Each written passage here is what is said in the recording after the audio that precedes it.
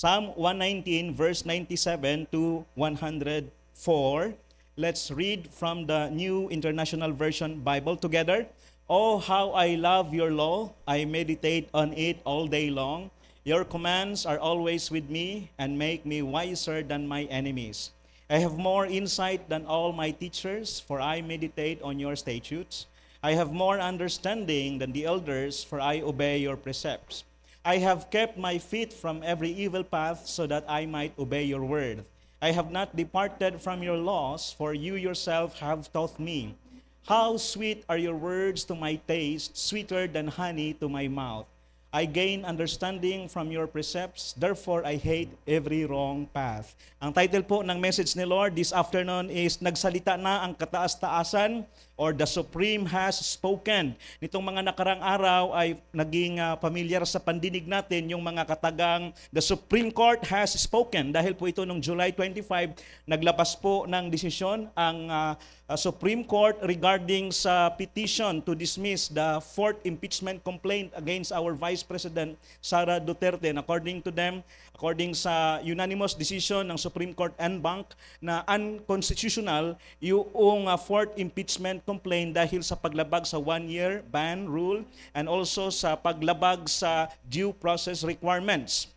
And so kaya madalas nating narinig na igalang sapagkat the Supreme Court has spoken. Pero meron pong mga nagdi-disagree po dito dahil nga naman ang nasa Korte Suprema ay mga tao lang din po. In fact, one of the Associate Justices, si Supreme Court Associate Justice Marvick Lunen, na siya rin pong ponente ng court decision, ibig sabihin ng ponente, the one who writes the ruling. Siya rin ang nagsulat ng ruling ng patungkol sa impeachment case ng ating Vice President, na nagsasabing unconstitutional pero hindi ito inaabsuelto yung anumang paratang sa kanya po, no? Siya rin po ang nagsabi na the Supreme Court is not perfect. Sabi niya, the Supreme Court is not perfect.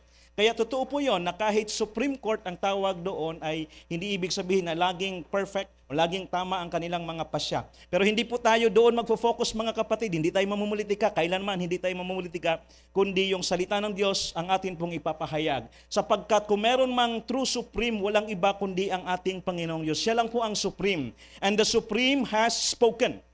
The Supreme God has spoken. Yung Supreme God natin, pag siya po'y nagsalita, hindi siya magkakamali. Hindi niya kailangang i-reverse ang kanyang decision. Ngayon ay may motion for reconsideration kasi pwede pang i-reverse ng Supreme Court ang decision kasi pwede pong magkamali nga ang tao sa unang pasya niya.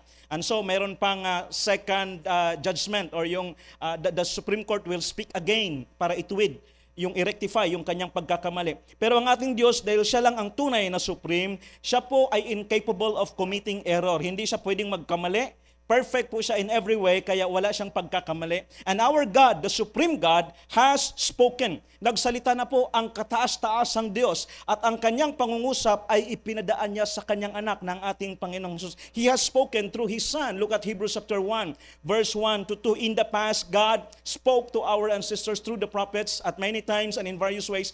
But in these last days, He has spoken to us by His Son. So ang ating Panginoong Diyos po, the Supreme God, ay nagsalita na at yung kanyang kaparaanan para makarating sa atin ang kanyang mensahe ay ipinadaan niya sa kanyang anak. Kaya po ang lahat na nakasulat sa Biblia from Genesis to Revelation, ito po ay salita ng ating Panginoong Hesukristo. He is the eternal Word came into flesh, became flesh. Siya ang eternal Word of God na nagkatawang tao at siya po ang nagsasalita. Ang Panginoong Hesukristo ang nagpapahayag sa salita ng Diyos. And dahil ang Panginoon ay nagsalita na through His Word, nangusap ang Panginoong Diyos, meron siyang sinasabi, at lahat ng sinabi ng Panginoong Hesus po ay nakarecord, nakatala sa hawak nating libro na ito. Ang aklat na ito ay banal na aklat, sapagkat ito ay salita ng Panginoong Hesukristo. This is the most powerful, the most life-changing book you can ever have in this world. Wala pong maikukumpare po dito, no volumes of books sa library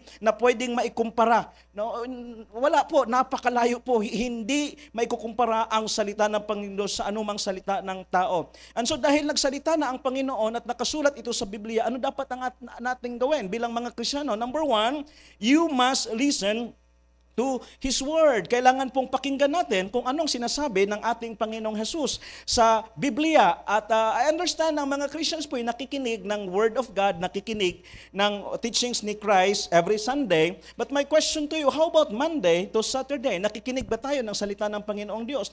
Dapat po bilang mga Kristiyano, masipag tayong pakinggan at aralin ang salita ng Panginoong Hesukristo. Nakakahanga yung ibang tao na hindi mananampalataya sapagkat napakasipag nilang magbasa at mag-aral. Nung nilabas po yung court decision, ang dami pong binasa yung ruling ng Supreme Court. May isang senador, si Senator Marcoleta, sabi niya 10 times niya nang nabasa yung ruling na ito. Yung iba twice, yung iba once. Lahat ay interesado kaya binasa. That's good. Dapat lang dahil mga lawmakers po sila. Pero sa atin pong mga Kristiyano, bilang mga anak ng Diyos po, na ang faith natin ay nakaangkla sa salita ng Diyos, ay dapat pong masipag tayo, mas masipag dapat tayo sa pagbabasa ng salita ng Panginoong Diyos para mapakinggan natin kung anong mensahe ng Panginoon sa atin.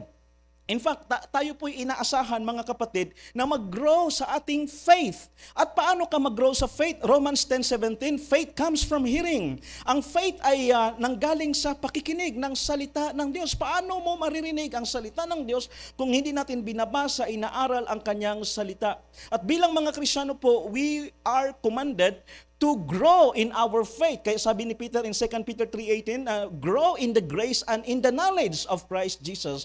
So ang bawat Kristiyano po ay walang exempted. Pag ikaw ay anak na ng Diyos, the moment na ikaw ay na-born again, the moment na ikaw ay nagkaroon ng faith, kailangan magpatuloy ka sa faith mo at kailangan tumatag ka sa faith mo. Kailangan mag-grow, maging strong tayo sa faith. At ito'y nangyayari kapag tayo po ay masipag sa pagbabasa, pag-aaral, pakikinig ng salita ng ating Panginoong Jesus. Pakinggan po dapat natin ang mensahe ng Panginoong Jesus. I remember doon sa mount ng nagkaroon ng transfiguration na nandun si Peter, James, and John at ang Panginoong Jesus at nakita nila si Jesus na tinabihan ni Elijah and ni Moses. Pero ang sabi ng Diyos Ama look at Matthew chapter 17 verse 5, ang sabi doon, while Peter was still speaking, a bright cloud covered them, and a voice from the cloud said, this is God the Father, Yahweh speaking, this is my Son, Jesus Christ, whom I love. With Him I am well pleased. Listen to Him. So dapat po ipakinggan natin lagi ang ating Panginoong Hesukristo. Marami pong boses tayong naririnig sa mundo na ito, sa radyo, sa telebisyon, sa YouTube vlog, sa social media, ang dami pong mga boses, ang dami nagsasalita. Pero bilang mga Kristiyano po, ang dapat pinapakinggan natin ang boses ng ating Panginoon. The Lord has spoken. Nagsalita po siya at inihayag niya lahat. Kompleto po ang kanyang kapahayagan from Genesis to Revelation. Alam niyo po, pinagbulay-bulayan ko, pinag-isip-isipan ko na sigurado po ako na si Vice President Duterte ay binasa niya rin yung Supreme Court's ruling. Yung mga hindi nga silang kinasuhan, nagbasa nga kung ilang pages man yung sinulat ni Associate Justice Marvick Lunen, marami pong nagbasa ng ruling dahil gusto nilang maunawaan paano na-absuelto. Hindi absuelto sa kaso, kundi na-absuelto doon sa process ng impeachment complaint, yung fourth impeachment complaint. And so napagtanto ko po na tayong mga Kristiyano, meron tayong kaso sa Diyos. Nalabag natin yung kanyang kalooban, tayo'y may kasalanan, dapat tayong hatulan ng walang hanggang kamatayan. Pero according sa ruling, sa judgment ng God, pinawalang sala tayo. Pinatawad tayo at meron tayong buhay na walang hanggan. Ito ang katotohanan sa bawat isa sa atin. Pero tila ba konti lang ang interesado na basahin at alamin ano ang ruling ng Diyos. Paano niya napagpasyahan? Ano bang kaparaanan niya? Paano nangyari na ako ay napatawad sa aking mga pagkakasala? Ano ba ang pinagsimulan? At paano ba ito natapos? Saan ba ako patutungo? Bilang mga Kristiyano po, kailangan mayroon tayong karunungan, matalino. Inaalam po dapat natin dahil ang salita ng Diyos, una, ito'y patungkol sa ating Panginoong Jesus. And then, pangalawa, patungkol sa atin kung paano tayo inibig ng Diyos at paano tiniligtas sa pamamagitan ng ating Panginoong Jesus. Kaya dapat natin itong basahin, dapat natin itong pakinggan. Nakakalungkot po, according sa study, sa survey, that 80% of Christians have not completely read their Bible. From Genesis to Revelation, that's 80%. So nasa 20% lang po ang mga nakakumpletong basa ng kanilang Biblia, Genesis to Revelation. In fact, mas nalungkot ako dahil nung sinurvey ang mga pastors, according sa statistics, around 40% ng mga pastors hindi pa nabasa completely ang Bible, Genesis to Revelation. I was shocked. Kasi pastor din po ako. Parang hindi ako makapaniwala na paano nangyari na pastor pero hindi nabasa ang Biblia. In the first place, bago ka magpastor, dapat nabasa mo muna ang Bible. Bago mo pasukin yung profession, dapat alam mo kung ano yung pinasok mo. Hindi po sa pagmamataas, kaya po ako nag-decide na sumunod kay Lord. Kahit nung bago ako magpa-water baptize, nabasa ko po ang Bible in 2 months time. In the year 2006. Month of February and March 2006. Hindi pa ako baptize. Nabaptize ako May 1. Nabasa ko, gabi-gabi ko, binasa ang Bible doon sa kainta, sa bahay namin. Inaabot ako minsan ng 2:00 ng madaling araw, kababasa ng Word of God. And so because of that, naunawaan ko by the grace of God yung kanyang salita. So nag-decide ako na sige, maging Christian na ako. And then saka ko nagpasya through His calling na paglingkuran siya bilang pastor. At nung naging pastor ako, the more na obligado ako ngayong magbasa lagi ng salita ng Diyos. Every year, kailangan makumpleto ko lagi ang pagbabasa, Genesis to Revelation, aside sa pagbabasa para magturo. Nakakalungkot po, according din po sa pag-aaral, maraming pastors na nagbubukas lang ng Bible kapag Sabado na ng gabi dahil magpiprepare ng sermon kinabukasan. So, sa side po yun ng mga inaasahan na nating mas angat sa atin spiritually. Kung 40% pala sa aming mga pastors ay hindi na kumpleto ang pagbasa ng salita ng Diyos, lalo na yung hindi mga pastor.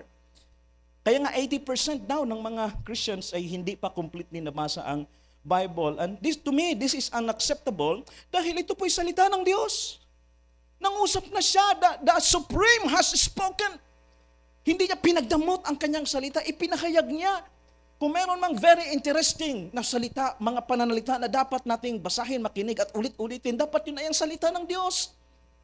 If we are really people of faith, kung talagang in love tayo kay Lord, kung talagang naniniwala tayo sa Kanya, then basahin natin ang Kanyang mga salita. Dahil nandito, ipinahayag niya kumpleto ang Kanyang kalooban.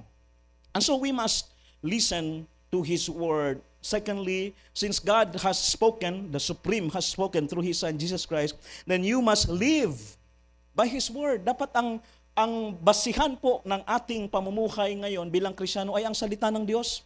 Bilang mga Christians, ang beliefs, principles natin, ang character natin, ang pamamaraan ng pamumuhay natin, nakabase na lahat ayon sa salita ng Diyos, sa kalooban niya, sa pamantayan na niya, hindi na sa dati nating alam. Kasi ngayon ay people of God na tayo. So dapat ay meron na tayong master. He is our Savior. At the same time, He is our master. Dapat sumusunod tayo sa master natin. At meron siyang utos, meron siyang sinasabi sa kanyang salita. The Lord, the Supreme, has spoken. And so we must live our lives under His will, His Word. So dapat po'y mamuhay tayo according to His Word. I've read a story sa East Africa in year 1989 sa book ni Donald Whitney na Spiritual Disciplines for a Christian Life. I have this book. And sa page 27 ng book na yon, hindi ko makalimutan yung story. Nag-mission siya sa East Africa and mahihirap lang po ang mga Christians doon. And na-shock po siya dahil ang pamumuhay ng mga Christians doon ay immoral, sinungaling, at magnanakaw. At okay lang sa kanila, tanggap nila yon. Common yon, ginagawa. Walang masama, walang mali sa ganong pamumuhay para sa mga Christians doon. Na-discover nung missionary na ito na kaya pala ganon ang mga churchgoers, ganon yung mga kasama niya sa church na nagnanakaw, nagsisinungaling, ang pamumuhay questionable. Kasi po wala pala silang Bible doon. Walang Bible in that year, 1989. Maging pastor po nila ay walang hawak na Bible. Now you have to understand, at that time po ay hindi pa ganon ka mura ang Bible po, medyo mahal pa sa panahon na yon. Unlike ngayon, marami ng libre na Bible. And so yung pastor nila po, according sa story, ay 6 sermons lang ang mayroon siya at paulit-ulit niya lang yon. Kanya na lang yung sa Bisaya, tinughong or iniinit lang niya yung preaching niya. After 6 weeks, uulitin na naman niya yon. Okay? Kasi wala siyang Bible. Kaya pala ang mga Christians doon, hindi na mumuhay ayon sa salita ng Diyos. Kasi wala silang gabay, wala silang nababasa, wala silang nalalaman kung paano pala mamuhay ang Kristiyano kasi wala silang Bible. Now, hindi dapat natin sila i-judge kasi kaya sila mali ang pamuhay kasi wala silang hawak na Bible po. Hindi available ang Bible nila at that time. Mga kapatid, you must read the Word of God, listen and live by it Alam niyo po, ang daming tao. Let's say, estimate ngayon siguro mga 7 billion ang nabubuhay today. Ang Christianity po, including the Roman Catholics, ay nasa 30% lang tayo. Pagpalagay natin nasa 2 point something billion ang bilang nating mga Krisyano. So mahigit kalahati, around 70% ng mga tao, hindi sila nakahawak ng Bible. Never nilang nabuksan ang Bible. Wala silang idea kung ano ang Bible.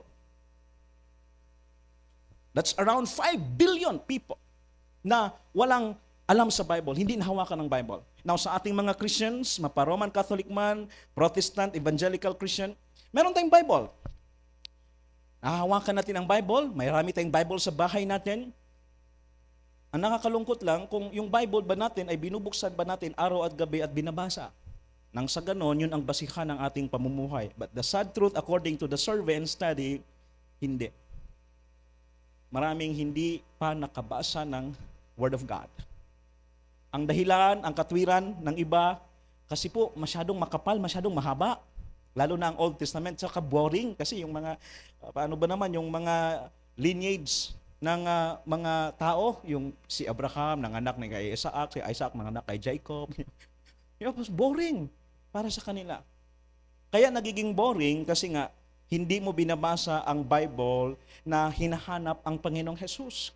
Hindi ka in love sa Lord, kaya boring sa iyo ang salita ng Diyos. Bakit yung mga nobela? Di po ba? Pocket books? Oo. Ang dami-dami mo nang nabasang pocket books. I don't know with you, pero nung elementary po ako, nahook ako sa pocket book. Hindi pa ako Christian, kaya okay lang yon. Ang dami ko nabasang mga romance books, no? Romantic books, novels. Natatapos ko po yung ganito ka, di ba maninipis lang naman? Overnight, tapos yun. Tapos next na naman, hanggaabang ka. Nire-rent pa dati yon. Yung mga kabataan ngayon, ano yung novel? Hindi alam kasi cellphone na ang hawak ngayon, social media na ngayon, di po ba? Natatapos nga nating magbasa ng kahaba-haba, Harry Potter, ilang volumes yun, ang haba-haba, ang kakapal, mas makapal yun kaysa sa Bible, pero tinatapos ng iba. Samantalang Christian tayo, pero hindi natin matapos-tapos. Itong Bible, kahit once a year man lang, di po ba? Matapos mo ang Bible, Genesis to Revelation. Let me ask you, ilang taong ka ng Christian? Ilang beses mo nang naulit-ulit ng basa ang Bible, Genesis to Revelation? No, hindi si pamamahiya, but according to the study ay kukunti lang. Nasa halos 20% lang ang nagbabasa ng salita ng Diyos. That's why we must listen to His Word and live by His Word. Kailangan nating ipamuhay yung narinig natin kasi according sa Joshua 1:8, sabi po dito na keep this book of the law, this Bible, always on your lips. Meditate on it day and night so that you may be careful to do everything written in it. Yan ang sinasabi po para anong purpose ba tayo mag-aaral, mag-meditate, magbasa ng makikinig ng salita ng Diyos? Para maging careful daw tayo to do everything written in it para ipamuhay po natin. Kasi kung hindi ipamuhay, yung ating narinig, yung ating nabasa at napag-aralan, ay wala po itong effect sa ating buhay. It was Thomas Watson, a Puritan minister, na nagsabi siya na a medicine will do no good unless it be applied. No, ang gamot, kahit na effective and powerful yan, mabisa yan, pero pag hindi mo tinake yan, hindi mo in-apply yan sa'yo, hindi yan magkakaroon ng bisa. In the same way, ang Bible po ay napaka-powerful. The most powerful book in this world. The most life-changing book in this world. Pero hindi siya magkakaroon ng effect and power sa buhay ng isang Kristiyano kung hindi niya pinagdili-dilihan, pinagbubulay-bulayan araw at gabi. And so we must listen and we must live by His Word.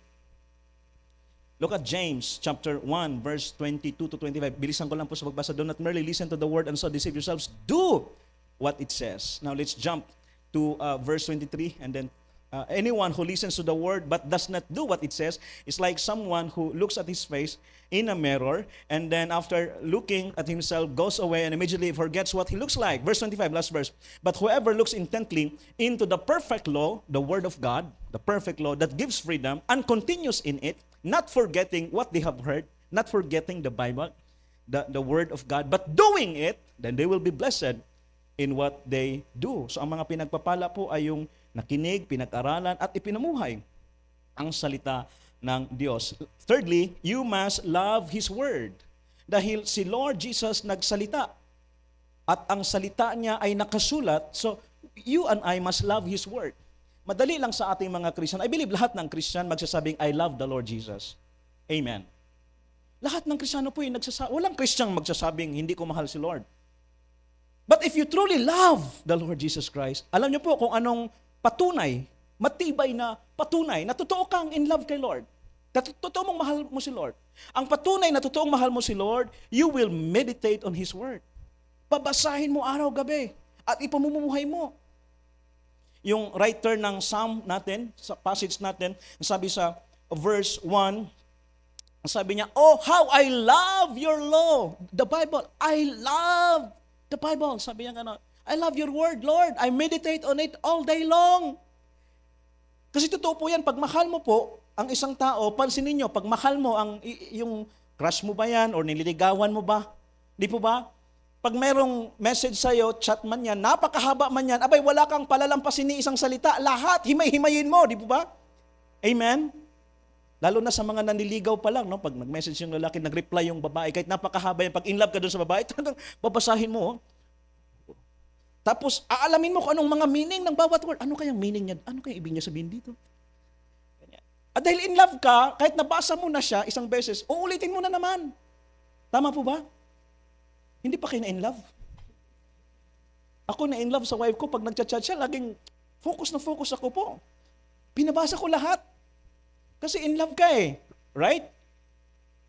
Lalo na pagka nililigawan mo pa lang, talagang ulit-ulitin. Kaya lang, pag naging asawa na kasi, minsan titignan lang, magla-like na lang, hindi pa nga nabasa. Yung problema. Disaster. Kasi ang message pala ay hindi maganda, tapos nag-like pa. So, kasi nga, hindi na binabasa lahat eh. Dahil sign yun na baka na fall out of love na. Ayan. Ang sign na in love, himay-himayin mo, bawat salita niya galing sa tao na yon kasi in love ka nga sa kanya eh. The same is true sa Bible. Ang sign na in love tayo kay Lord, babasahin mo, himay-himayin mo ang word. At pag natapos mo na Genesis to Revelation, you will read it again and again and again because you are in love to the Lord. So you must love His Word. Sabi dito sa Psalm 119 from verse 19 to 24, ang sabi ng writer, ng composer, I am a stranger on earth. Now, hindi po alam kung sinong sumulat ng Psalm 119. We can only speculate. Yung iba sabi si David, pero malabong si David. Maaring ito ay si priest Ezra or a Levite or sino man siya, for sure, in love siya sa Panginoon, sa salita ng Panginoon. At yung situation nila, sila po'y na exile at this time. Kaya sabi niya, I am a stranger on earth. So wala siya sa Judah, wala sa Jerusalem, wala sa Israel, kundi nasa ibang bansa dahil na-exile sila. Do not hide your commands from me. My soul is consumed with longing for your laws at all times. Miss na niya ang word of God. And then, look at verse 21. The rulers sit together and slander me. Kasi nga, nasa ibang bansa sila, naalipin sila ng ibang bansa. Your servant will meditate on your word. Your statutes are my delight. They are my counselors. Ang salita ng Diyos. Verse 25. Hanggang verse 24 lang po. No? Gusto ko pa sanang ipagpatuloy. Kaya lang yung hawak kong Bible dito ay ESV Bible.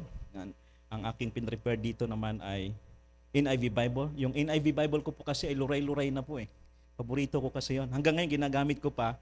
Pag nag-aaral, binabasa ko yun ang binabasa. Pero pag dito sa pulpit, ito ginagamit ko. Kasi mas maayos pa. Okay. Kumusta ang Bible ninyo? This week, meron akong nakausap. Sabi na, naggano na sila ng mag-asawa. Kasi patungkol sa Bible reading, ang pinag-usabi, Pastor, yung Bible namin, ang bago pa rin hanggang ngayon. Bago pa rin hanggang ngayon. Ibig sabihin, hindi nabubuklat. Dikit-dikit pa rin eh. Dikit-dikit pa rin. Dahil hindi gaanong nababasa. So when you are in love with the Lord, lagi mong babasahin ang kanyang mga salita. Now we will end sa exciting part.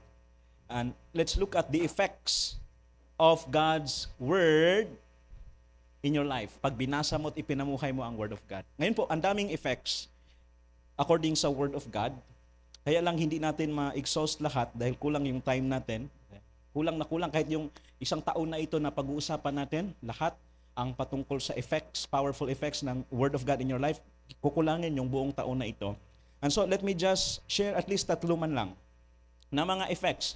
Kapag binasa natin, nag-meditate tayo sa Word of God, pinamuhay natin ang Word of God, anong mangyayari sa atin? Ulitin ko, napakadaming magagandang mangyayari. Kaya lang kulang tayo sa time. So, 3 bagay ang isi-share ko. Number 1, it will establish you. Bilang Kristiyano, kapag lagi tayong nagbabasa ng Word of God, ipinamuhay ang Word of God, may establish tayo una sa faith natin. Maging firm, maging strong tayo sa faith natin. Kapag binabasa natin ang salita ng Diyos at ipinamumuhay natin. Yan ang sabi ng Panginoong Jesus in Matthew chapter 7. Sabi niya, ang wise man, yung nagtayo ng kanyang bahay sa batuhan, matibay ang pundasyon. Dumating ang malakas na hangin bagyo, humampas, at yung rumaragasa ang tubig baha, pero hindi natumba ang bahay na yon.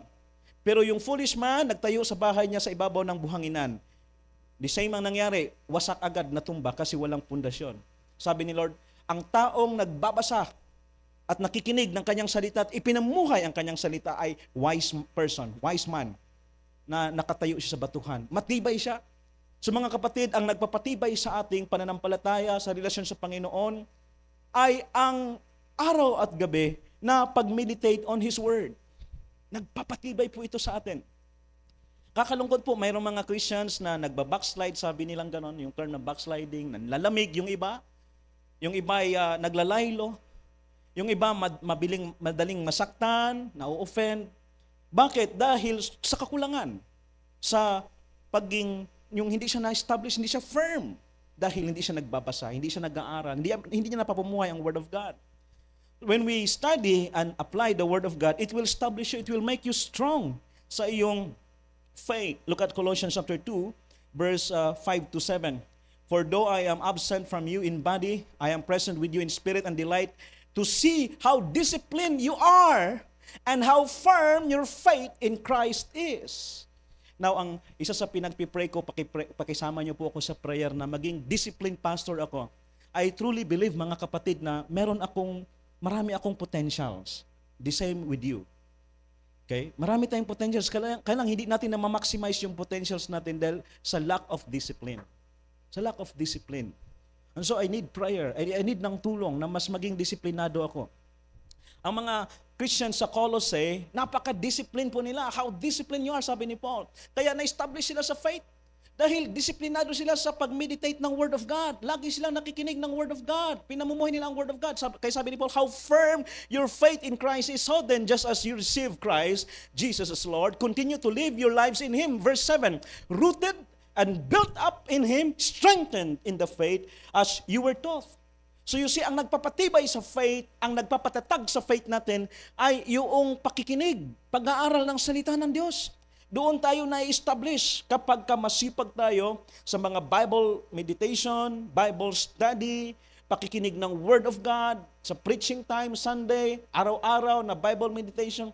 Doon tayo titibay sa ating pananampalataya. Sa passage natin, pasadahan lang na po natin, mabilisang pasada, from verse 98 to 104, ang sabi ng writer ng Psalm 119, your commands are always with me and make me wiser than my enemies. You see, pagka nagbasa tayo lagi, nag-aral tayo lagi ng Word of God, ma-establish ka. Una, sa faith mo, and then sa Christian life mo, sa Christian conduct mo, sa mental capacity mo, ma-establish po, magiging strong ka, mas lalalim ka.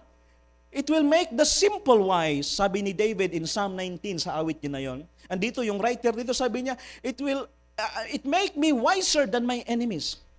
Mas matalino siya, mas maalam siya kaysa sa mga kalaban niya dahil sa salita ng Diyos. Di po ba? Dahil sa Word of God. Ito po'y nagpapatalino, nagbibigay ng karunungan sa atin. Dati po, akala ko matalino ako. Hindi ko tinataas ang sarili ko. In fact, binababa ko yung sarili ko. Kasi gumraduate akong valedictorian, lagi akong top sa klase ko. Akala ko matalino ako, pero hindi pa ako Christian. Kaya hindi ako totoong matalino. Bakit? Nung nagbinata ako, naglalasing ako lagi. Nagsusugal ako lagi. Yan ba ang matalino? Laging lasing? Inaaway yung magulang, inaaway yung mga kapatid. Nandadaya sa sugal. Sugal na nga, nandadaya pa. Naniniko sa basketball. Nililigawan yung babae kapag lasing kahit hindi ko gusto. Yan ba ang may wisdom? Naalala ko, hindi ko makalimutan yung mother ko. I was, I think, around 18 or 19 years old. Madaling araw, lasing, hindi pa ako nakauwi ng bahay. Tapos at that time, meron akong niligawan na lasingga din. na dalaga. And sinagot naman ako yung gabi na yon. First time ko po, first experience. Hindi na ulit nangyari. Okay? Wala talaga akong wisdom. Hindi totoong matalino. Nandigaw ako, lasing din siya. So naging kami sa gabi na yon. Sinundo ako ng nanay ko. Hindi na pala ako maka-straight ng lakad. Inuwi ako sa bahay. Buti na lang meron akong napakabait na nanay. Sa school, ang dating parang matalino ako, pero sa buhay, sa totoo lang, hindi ako matalino.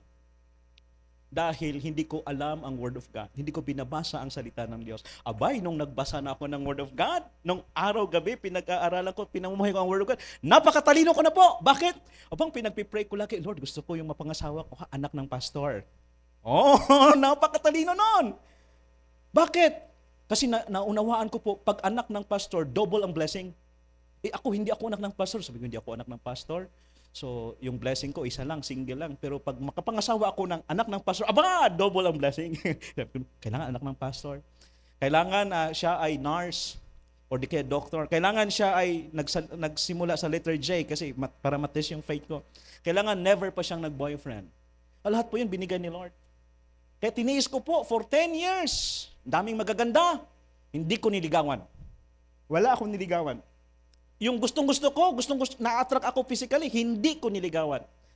Bakit? Kasi binigyan ako ni Lord ng wisdom. Aanhin mo ang kagandahang panlabas kung siya naman ay walang takot sa Panginoong Diyos. Beauty is fleeting. Charm is deceptive. But the woman who fears the Lord is to be praised. Kaya yung wife ko, siya ang Proverbs 31 ko. Siya ang a woman who fears God. So may wisdom ako, di po ba? Dahil sa salita ng Diyos. Yung iba napapakamot ha. Bakit nagsisisi ka ba sa... Move on na nga tayo. Baka kung ano pa mahalungkat natin ha. You see po, ang may wisdom, ang totoong matalino, yung laging nagbabasa at ipinamumuhay ang salita ng Diyos. Si Peter, James, and John, mangingisda lang po yung mga yon in Acts chapter 4, verse 13. Pero lagi sila nag-aaral ng Word of God. Nung nagsalita sila in the book of Acts, namangha yung mga tao. Sabi nila, these men were unschooled, ordinary men. Hindi naman mga professional ang mga ito, hindi naman nakapag-aral ang mga ito, mangingisda lang mga ito. Pero ang gagaling magsalita, they have the courage. Ang husay nilang magsalita in public. Na-convince talaga ang mga tao that in fact, in one preaching ni Peter, 3,000 ang nabautismohan. Bakit? Dahil sa wisdom na nakuha ni Peter sa pakikinig lagi kay Lord Jesus sa kanyang salita. So, it will establish you. Dito ka magkakaroon ng karunungan, katalinuhan pag nagbasa ka ng Word of God. Sayang, most powerful ito ang wisdom mo nandyan. Kaya buksan mo na, basahin mo na araw at gabi, ma-excite ka. Ma-excite ka. Dahil gusto ni Lord pagpalain tayo. And then, secondly, it will enrich you. Ito po'y magpapayaman sa atin. Now, hindi ko sinasabing material na bagay, although kasama rin po yun, pero ang focus natin yung spiritual enrichment. Yung sasagana ka spiritually, mas maging refine ang iyong karakter, maging deeper ka sa spirituality mo, mas maging prayerful ka, close ka kay Lord, pure ang iyong pamumuhay, dahil sa lagi kang nag-aaral at ipinamumuhay mo ang Word of God. And the Lord promised that He will prosper you and He will make you successful pag nag-meditate ka lagi ng Word niya. Joshua 1:8. Familiar sa atin ang verse 8. Keep this book of the law. Keep meaning, basahin mo lagi, ipamuhay mo lagi. Always on your lips, meditate on it day and night so that you may be careful to do everything written in it. Anong promise? Then you will be prosperous and successful. It will enrich you. Spiritually, physically, financially, emotionally, papayayamanin ka po nito. Okay po, una, spiritual, of course. Magiging close ka kay Lord, nasabi ko na yon. Physically, malalayo ka sa sakit at karamdaman kasi lagi kang nagbabasa ng Word of God. Sabi ng Word of God, huwag kumain ng taba. O di umiiwas ka ngayon. Pag kumain man, talagang pag hindi lang makaiwas. Di po ba? Huwag kumain ng taba naman. Pero yung hindi nagbabasa ng Word of God, paborito lagi. Saan ang taba? Kakain ng baboy. Gusto yung taba at yung balat ng manok. Kasi walang wisdom. And so, yan, nagkakasakit, diabetes, hypertension. Kung saka nagpipray, Lord, pagalingin niyo ako, Panginoon. Ang sabi ni Lord, ayaw kitang bigyan ng sakit. Hindi ka kasi nagbabasa ng salita ko. Kung nagbasa ka sana, wala ka sanang sakit ngayon. Di ba? Oh. Laging nagpupuyat, hindi natutulog, laro ng laro. Yung mata tuloy para ng zombie. Oh. Tapos ngayon nanghihina, nai-stress, kakasakit, pumapayat, walang energy, walang wisdom. Hindi nagbabasa ng Word of God eh. Hindi inalagaan ang katawan. You see? Pero pag nagbasa tayo lagi ng Word of God, pinamuhay natin ang Word of God, payayamanin tayo. Spiritually, physically, mentally. Na-share ko na po yun. Papatalinuhin ka ni Lord pag nagbasa ka ng Word of God. Madidiscern mo kung ano, what is right and what is wrong when you read the Word of God. And then financially, pati materially po, although hindi sa lahat ng case po ha, hindi ko po pinapangako, mga kapatid, na kapag nagbasa ka lagi ng Word of God, magiging milyonaryo ka. Hindi tayo after doon. Kaya lang, sa Christian journey ko po, makakapagsalita lang ko on my behalf, kasi ito yung naranasan ko. I just observe, every time I finish reading the Word of God in 2 months, kapag tinatapos ko ang Bible, Genesis to Revelation, sa loob lang ng 2 months, mayroong reward na nangyayari sa akin. Yan din po kasi sinasabi ng mga awit in Psalm 19 verse 11, sabi doon, by them your servant is warned sa Word of God. In keeping the Word of God, there is great reward. Napansin ko lang po, simula pa lang noon, pag binabasa ko ang Word of God at tinapos ko siya ng 2 months time, and so kayang-kaya pong basahin ang buong Biblia in 2 months time. Okay? Yung nga lang, hindi ka na manood ng TV, huwag ka nang mag-YouTube, huwag ka nang mag-social media. Basahin mo talaga ang Word of God. Year 2006, nung una kong natapos ang Bible, Genesis to Revelation, in 2 months time, meron agad spiritual blessing. After my 2 months reading sa Bible, narinig ko yung boses ni Lord. That was once and the last time. I hope masundan pa. Year 2006, narinig ko yung audible voice niya. Gabi yun, after na maghapunan, nung nakaupo ako sa papag, may rinig akong boses, sabi, JP, tumigil ka ng pag-aaral mo. Nag-aaral ako at that time sa college, computer science, BS, CS. And then sabi niya, mag-enroll ka sa seminary dahil magpapastor ka ng church ko. Na-shock po ako kasi first time ko pong marinig yung ganung boses. Hindi ko alam saan galing yung boses na yun. Na-shock po ako, umiiyak po ako, hindi ako makarespan kasi ayaw ko magpastor. 2 weeks, laging ganon, naririnig ko yung boses. Same message for 2 weeks after ko mabasa ang Word of God. And because of that, nag-decide ako, yes, sige, magpastor na nga ako. So, first blessing ko yon. Nung natapos ko ang Bible reading, narinig ko ang calling. I believe bawat isa sa atin may calling. Kaya lang hindi natin narinig, hindi mo kasi binasa. Ikaw pa nagbasa eh. Basahin mo. Genesis to Revelation. I guarantee you, may spiritual breakthrough. At nung nagpastor na ako, at noong sumunod ko pong binasa uli ng 2 months, nagbabasa mo ako lagi, pero bihira lang ako magbasa ng in 2 months time, ginugol ko, 2 months time, tapusin ko lahat. Noong 2009, napunta ako dito, nagmamasid-masid dito, pinagpipray. 2010, nagpastor na ako dito, nag-start ako. Binasa ko ulit ang Bible ng, I think, within 2 months. After that, binigyan ako ni Lord ng unang sasakyan. Okay? Na ayaw ko pong maging materialistic kayo mga kapatid ha. Hindi ko sinasabi ito para, basahin ko nga rin Bible 2 months, basahin ko para may pera. I don't know, baka mangyari din sa iyo. Basta sa akin po, nangyayari sa akin eh. Okay? Nangyayari po sa akin. I can testify on that. So, tapos, nagkaroon ng church building. Ang ganda ng church building. Meron tayong lote, sarili. Napagawa, nagmamangha nga yung iba. Akala nila mayaman ang church natin. Akala may support sa abroad. Wala po tayong support sa abroad. Wala tayong mayaman na members. Pero every time I read the Word of God, mayroong blessing. Laging may blessing. And then lately, di ba, wala pang 2 months ago, nung June, nag-fasting ako ng April and May, tinapos ko ang Bible uli in 2 months time, may nagbigay ng 200,000 pesos. So napansin ko lang po ha, sa experience ko na every time na matapos ko ang Bible ng 2 months time, may financial blessings. Kaya pag medyo gipit ka may financial, natutokso ako, basahin ko nga ang Bible. 2 months, magbabasa ako uli. 2 months. Kasi yung wife ko, siya nag-i-enjoy sa financial blessing. Ako hindi naman kasi bilang pastor ay Hindi na ako humahawak ng pera, hindi ko nakilala ang pera. Pero yung wife ko kasi ang nagbabudget ba, nagpapakain sa akin, gumagasto. So siya ang nangangailangan ng pera. And so ang sikreto ko para maraming financial breakthrough, basahin ang Word of God. Basahin ang Bible. Ayan. So mga kapatid, ulit linawin ko lang, baka yung iba ganun ang motivation. Sige nga pastor, matry nga yan ha.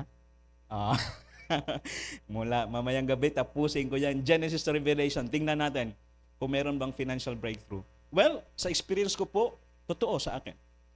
And there's no harm in trying. Subukan ninyo. 2 months, basahin ninyo. Now, hindi ko pinapangakong may financial breakthrough, pero ang mapapangako ko, there will be spiritual breakthrough. There will be mental breakthrough. And there will be physical breakthrough. And then, I believe, susunod din yan, yung mga financial blessings, kasi promise ni Lord yan. You will be prosperous and successful when you meditate on the Word of God day and night and you keep it, you do it carefully. May blessing Pagpapalain ka talaga ng Panginoong Diyos. And lastly, magtatapos po tayo dito, it will elate you. Meaning, ibig sabihin ng elate it will make you extremely happy, joyful, masaya. Magiging masaya ang buhay mo, masayahin ka. Parang naka-high, naka-drugs. Woo! Kapag lagi ka nagbubulay-bulay ng Word of God, it will make you happy. 3 lang po ang i-share ko. Ang dami po niyan, pero ginawa nating may parallelism. It will establish you, it will enrich you, it will elate you. Magpapasaya sa buhay mo yan.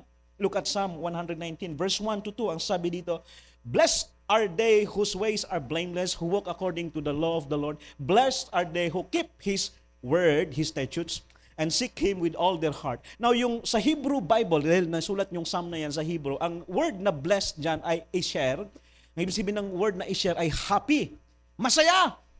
Kaya ang tamang translation sa verse na ito ay, happy are they, verse 2, who keep His statutes. Masaya, masaya ang buhay nang nagbabasa ng Word of God at ipinamumuhay ang Word of God. Now, we will end by disclosing to you, bakit masaya ang taong nagbabasa ng Word of God, pinamuhay niya ang Word of God? Number 1, masaya siya kasi una, Kristiyano siya. And so kapag Christian ka, makakapamuhay ka ng blameless kind of life. Susundin mo ang Word of God So, ibig sabihin, makakaiwas ka sa marumi at makasalanang pamumuhay. I ask you as Christian, ano ba nagpapalungkot? Isa sa mga nagpapalungkot sa Christian. Isa sa mga nagpapalungkot sa sirayong Christian kapag meron siyang kasalanang nagawa. At lalo pat nalaman ito ng iba. Pag nalaman ako, ang Kristiyano na-stress. Kapag meron siyang pagkakasala at na-discover ng iba. Nagpapalungkot. And so, kapag hindi ka namuhay sa kasalanan, kasamaan, wala kang guilt feelings sa harapan ng mga tao, ay masaya kang Kristiyano. Amen? Masaya. Hindi ka guilty. Pag naglalakad ka, taas noo. Hindi pagmamayabang, kundi dahil malaya ka Di ba praise the Lord, hallelujah.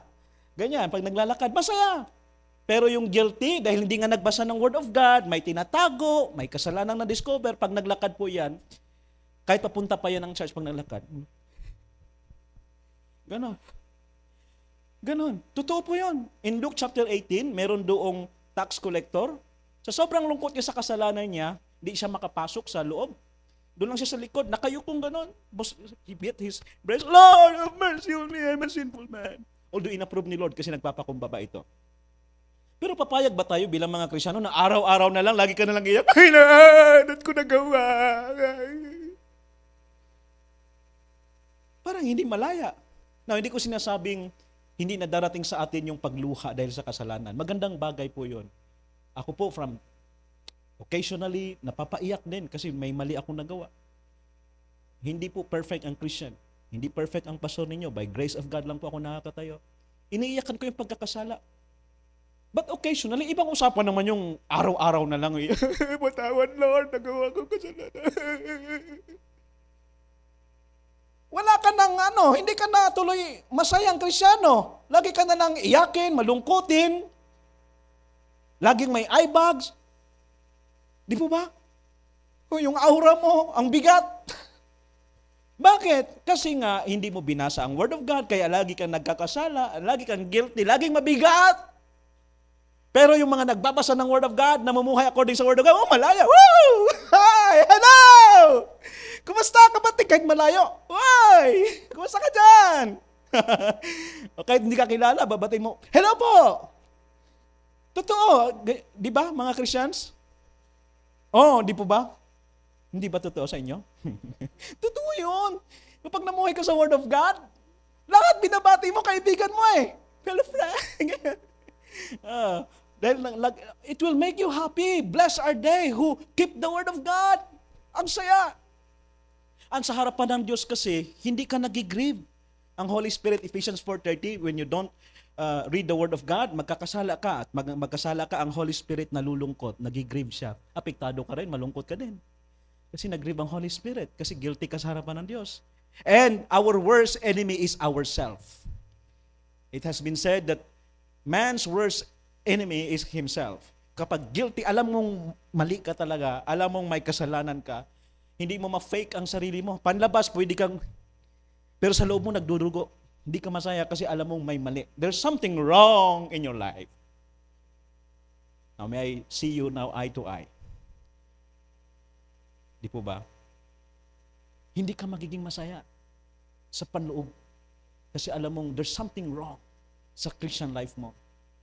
Now, ang sikreto kapatid, para maalis ka dyan, makalaya ka, study, listen to His Word, live by His Word, love His Word, pamuhay mo, magbasa ka lagi, tutulungan ka ni Lord, lalakas ka sa faith mo, makakaiwas ka sa pagkakasala, and then, magiging guilt-free ka by the grace of God. Malalaman mo, may sikreto mga kapatid, paano maging masaya? Mababasa mo sa Book of Hebrews that the blood of Jesus Christ made us holy.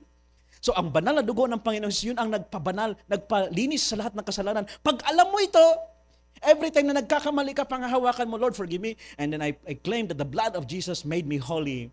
And so, makakapamuhay kang masaya. Hindi ka ngayon mabubuli ni Satan. Maraming Christians nabubuli. Nagkamali, normal sa Christian magkamali, pero tumagal sa kanyang kalungkutan dahil si Satanas lagi niya rin, ganyan, hindi ka napatawarin. Ano ba yan? Ganyan bang Kristiyano? Ganyan. Nakakahiya ka naman. Pero pag nagbabasa ka ng Word of God, ma-discover mo that the blood of the Lord covered our sins. He made us holy. Pinabanal tayo ng Panginoon and it gives us confidence. And so, panghahawakan mo ang salita ng Diyos, sabihin mo kay Satan, it is written that the blood of Jesus shed on the cross was for me. I am forgiven. I am cleansed. I am His child. I am holy. I am righteous. I have the authority and in the name of Jesus, away from me, devil. And then you can live a happy life. Woo-hoo-hoo! Wala na si Jablo sa aking buhay. Amen. Because you read and study the Word of God. And that's my secret, mga kapatid. Kung bakit Sunday after Sunday, week after week, nakakatayo ako sa inyong harapan. Dahil alam ko ang salita ng Diyos. By His grace, available ang kanyang salita. Happy are those who keep the Word of God. At gusto ni Lord, happy ka. Magtatapos tayo, naalala ko lang si Juan Ponce Enrile, our former good senator. Sino nakakilala sa kanya po? Ay, marami-rami rin pala. Yung iba hindi. Sa mga hindi nakakilala, matagal siyang senator natin. Naging sa panahon ni Marcos, meron siyang important cabinet post at that time. And then, ang daming presidenteng kanyang pinagdaanan, si Aquino, and then Fidel Ramos, Joseph Estrada, and si Gloria Arroyo, and Benigno Aquino III, President Rodrigo Duterte, and then ngayon si Marcos. Hanggang ngayon po, si Senator Enrile ang oldest government employee. 101 years old na po siya ngayon. Noong February 14, birthday niya. So, belated happy birthday, Senator. Nagtatrabaho pa rin po. He is the Chief Presidential Advisor sa Bongbong Marcos administration. And during his political career, hindi ko makalimutan, ang kanyang kampanya lagi sa TV, sabi niya, gusto ko happy ka. sabi ni Senator, gusto ko happy ka. Hindi naman sa paninira pa. Ilang beses na siya nanalong senador. Ang tanong, mga kababayan, happy na ba kayo? Akala nung iba, nung in-interview yung mga kababayan, anong nagpapasaya sa tao? Sabi nila, wealth, kayamanan. Pag maraming pera, masaya. Ang totoo rin naman, di po ba? Sino ang maraming pera? Yan, masaya. At pag sikat ka, masaya. Alam ko, hindi po totoo. Hindi totoo. Kasi marami pong ang yayaman, ang daming pera, sikat na sikat, pero nagpapakamatay kasi malungkot sila. Okay? The other day, mahilig akong manood ng mga news, makinig ng news sa bansa natin, hindi ko na lang pangalanan. Business tycoon siya, yaman-yaman, sikat siya, mga kabit niya, artista, dami niyang negosyo, illegal nga lang negosyo niya. Alam niyo na siguro ang pangalan. Pero ngayon ay ang lungkot ng buhay niya kasi dami niyang kaso. Siya ang pinagbintangan na mastermind sa mga missing sa Bungeros. Kaya nung in-interview siya, Sir, nakalabas na daw kayo ng bansa. Ang lungkot na ba siya? Ay, hindi ako nakalabas. Andito lang ako sa Pasig. Hindi nga ako lumalabas, hindi ako nanonood ng news. Na-stress na ako sa mga news. So ang yaman-yaman ito, ng tao na ito, artista, mga girlfriend ito, dami, pag nagpalito ng sasakyan, ay kung anong kulay ng damit, baka pwede, kung anong kulay ng sasakyan, ganun din. Ang yaman-yaman. Pero ang lungkot ng kanyang buhay, bakit wala siya sa Word of God? Hindi na babasa ang Word of God? Hindi na ipamumuhay ang Word of God? So hindi pera, hindi kasikatan ang tunay na magpapasaya sa tao. I tell you, kung ano ang tunay na magpapasaya, happy are those who keep the Word of God. Listen and apply God's Word, and you will be happy. Amen. Father God, salamat po.